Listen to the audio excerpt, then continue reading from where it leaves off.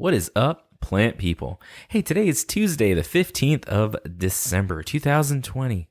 We're back with another episode of the Planthropology Podcast, the show where we dive into the lives, careers, ambitions, and general amazing awesomeness of some really cool plant people.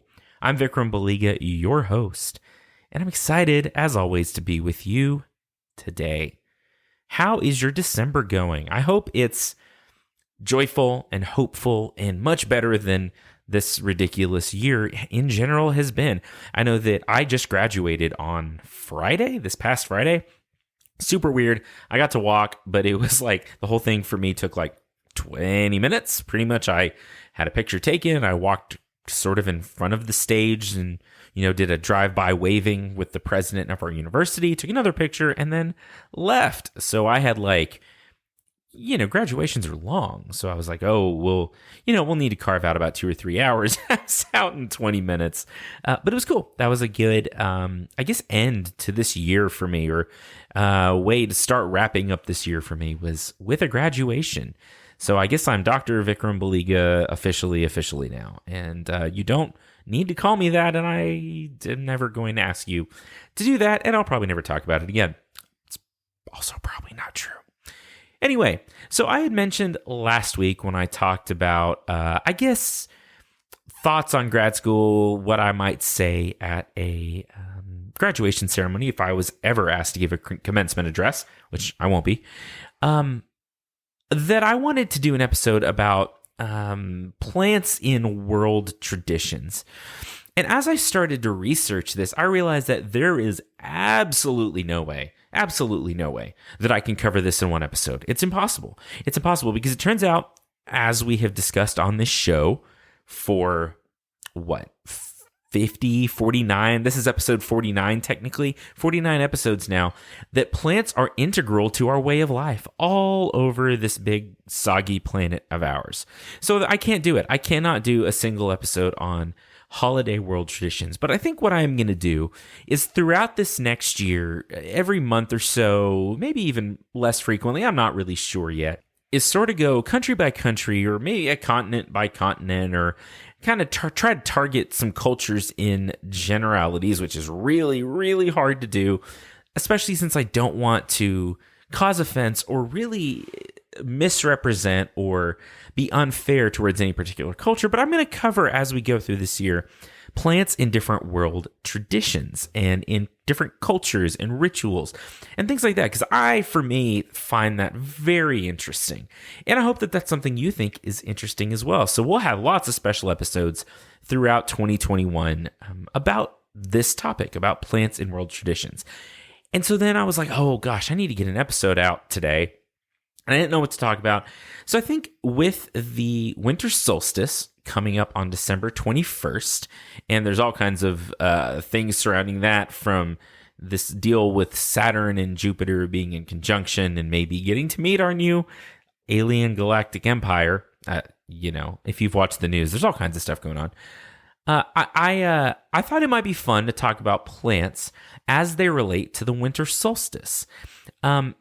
Because we talked about Christmas trees a couple of weeks ago, and some of this I mentioned at that time, but a lot of these traditions that we typically associate with Christmas really come out of Saturnalia and Winter Solstice traditions. So more than just the evergreens and the Christmas trees and stuff like that, there are quite a few plants involved with these traditions. And I thought it might be fun to spend a few minutes today, this will probably be fairly short, talking about that. And to celebrate the season and just to talk about all the cool stuff that goes into this and some of the ways that people thought about plants and used plants. And I think with this Plants in World Traditions series, we'll get to delve a little bit into that. And I'm going to try to find some folks to interview about this from different cultures that maybe still practice some of these traditional plant-related rituals and other things. So I'm going to play some music at you, and then we're going to talk about the Winter Solstice. So buckle up, grab a toasty warm beverage, and roll out your Yule log, and get ready for a fun bonus episode of the Planthropology Podcast.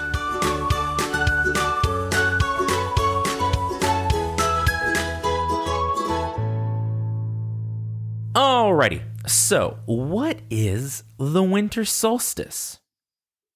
Oh, yeah, I always forget that you can't answer me. It's like in class, right, where you ask a question and then you just wait an awkwardly long time in silence for your students to answer you. It's effective and it's horrible for everyone. So what is the winter solstice? Solstice comes from the Latin words sol, which means sun, and sistere, which means to stand still. Now, it's been a minute since I've taken Latin, and I probably pronounced sistere wrong. And I don't care. It's whatever. So solstice means the sun stands still. And the solstices, the summer and the winter solstice, represent that the times when the sun is either at its farthest northern point in the sky, at least in the Northern Hemisphere, in June, and then at the farthest southern point in the sky in December, which is coming up. And that's also the longest day of the year, and the shortest day of the year. So we're coming up on the longest night, shortest day of the year, which is a big part of a lot of these celebrations. And we talked about this some in our Christmas tree episode, where a lot of cultures, the sun god and the sun was revered above all others because it is literally the bringer of life on this planet. Plants grow because of the sun, right? So, photosynthesis happens because of the sun. We're able to carry on all metabolic processes essentially on the planet because of energy that is sent from the sun. And so for ancient traditions, you see the sun that drives plant growth, that drives all of these things. And of course, that was going to be revered. And as the days got shorter, several traditions across the world had lore that was happening because the sun god was getting weaker. Either they were ill or something else, or another god or a demon or an enemy was fighting with this sun god, and it made the day shorter. And so the winter solstice was a celebration of the fact that from that point on, throughout the year, through December and into the next year, the days were getting longer. And they were getting closer to harvest and closer to being able to feed themselves again, which turns out, y'all, is a pretty big thing, having the foods. So this celebration marked a lot of different things, from Saturnalia in Rome, where they considered it the birthday of Saturn, the sun god, to different festivals everywhere from Persia to Peru to England. All of these things celebrated the winter solstice because, again, it was sort of an auspicious day for a lot of reasons. And so there were several types of plants that were commonly used in solstice celebrations. And I'm probably not going to be able to cover all of them because I think that there are more than really I even have time in this short episode or in this specific episode to cover. But I'll talk about a few that are maybe more common. And then in the future, we might address this as we go through plant traditions in Europe and different parts of the world, because a lot of these solstice traditions come out of Europe, from Rome through the Norse countries and a lot of the Celtic influences in Northern Europe. So let's start with a couple. So let's talk about holly. Let's talk about the holly tree. So the holly tree often symbolized the waning sun, commencing with the summer solstice, and then the oak tree symbolized the waxing sun, commencing with the winter solstice. And so the Druids in Europe thought that holly's evergreen nature and the bright red berries and all the colors made it a sacred plant. It remained green throughout the winter, and it was one plant in that part of the world that kept the landscape green and beautiful with the bright red berries and the showy green leaves through the winter when everything else was dead. Holly was a traditional solstice decoration throughout Ireland and other parts of Europe. One reason for this is it was relatively easy to find. They could be found in the landscape. It could either be purchased or harvested easily. And so the poor had a way of making wreaths with these bright red berries to hang on their doors, to put above their doors, to deck the halls with boughs of holly. Fa la la la la la la la la. Is that tune right? I don't think so. And so it was a way that even the very poor could decorate their homes and celebrate the season. So decorating one's home with holly eventually became a way of bringing protection to the home and wishing good luck to the inhabitants of that home. So we still do that. We still use holly in our wreaths and in our traditional decorations for this season. Another one that is very common is the Yule log. And you may have heard the word Yule before. It's in several of our Christmas and holiday songs. But Yule was an interesting tradition that became Christmas in a lot of ways. A lot of the Yule traditions sort of morphed into Christmas as Christianity moved throughout Europe. But the Yule log was a literal log, usually made of oak because it was a strong wood that could burn for a long time. That they would, the Saxons and the Celts would burn this log as a means of protection and to symbolize sort of the longevity of people and of their ability to get a household and their ability to get through the winter and get back to a warm, productive time of year. So a lot of times the Yule log would be said to be burned for 12 hours. And if the log would burn for 12 hours, then that was a symbol of good luck, that crops would be good the next year and all that kind of stuff. In some traditions, they would cut down like an entire tree pretty much and use the whole trunk of this oak. Sometimes different species, but oak was very common. And they would try to burn it for 12 days. So they would burn it slowly over time and try to keep it burning for 12 days. And the remains of the log were supposed to be kept in the same, or not in the same place, but so the ashes were scattered through fields, and some of the remains of the log were kept to light the next year's Yule log.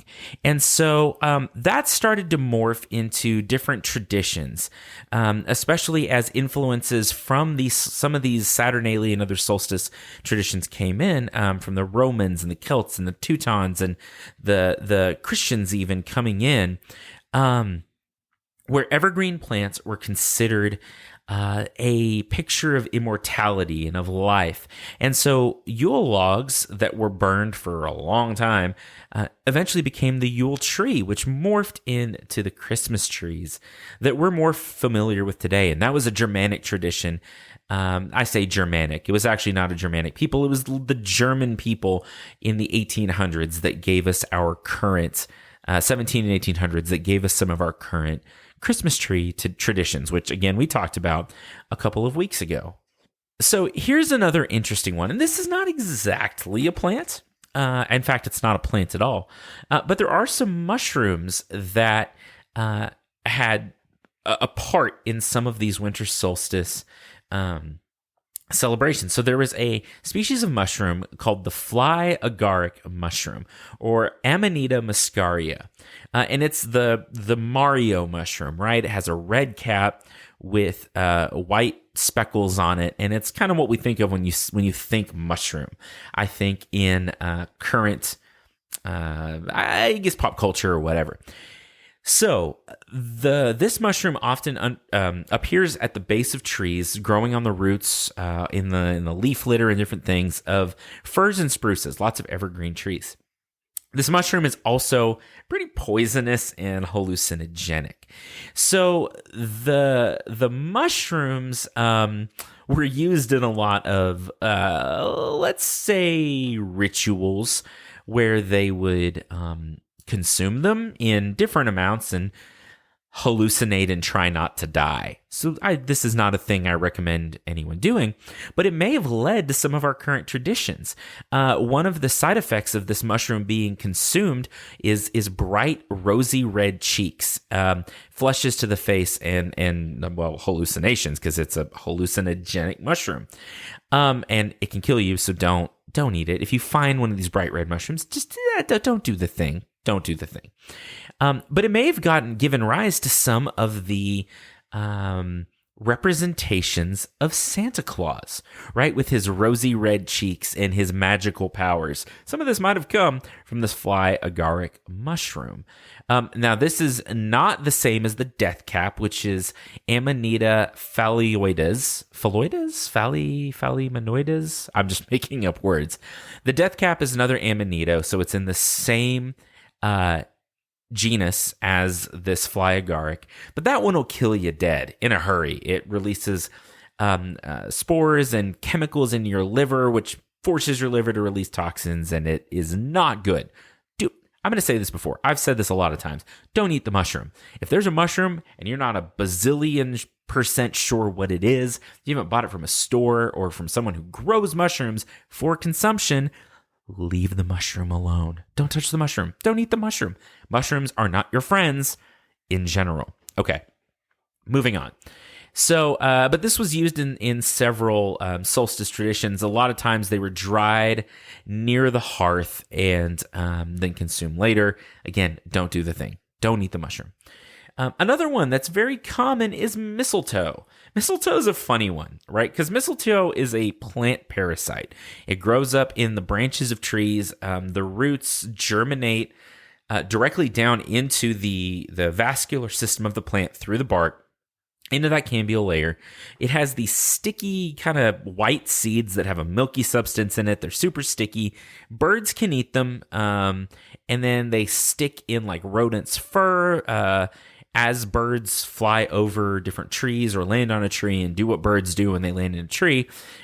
These seeds and I'm going to use the word mucilaginous, which is a terrible word, but it's accurate. The mucilaginous sticky substance inside these berries on the mistletoe stick to the plant, the new tree that they land on. They stick to the plant. The seeds germinate and the roots grow down. They don't really have roots per se, but the plants germinate down into the vascular system of a tree. So if there's a tree out there in your landscape or around somewhere that is like a deciduous plant, and it's a time of year when it shouldn't have leaves, but the plant still has leaves, it's probably mistletoe growing up in the plant. So we hang mistletoe and I guess kiss under the mistletoe. I've never done that. I'm trying to think of a delicate way to say this.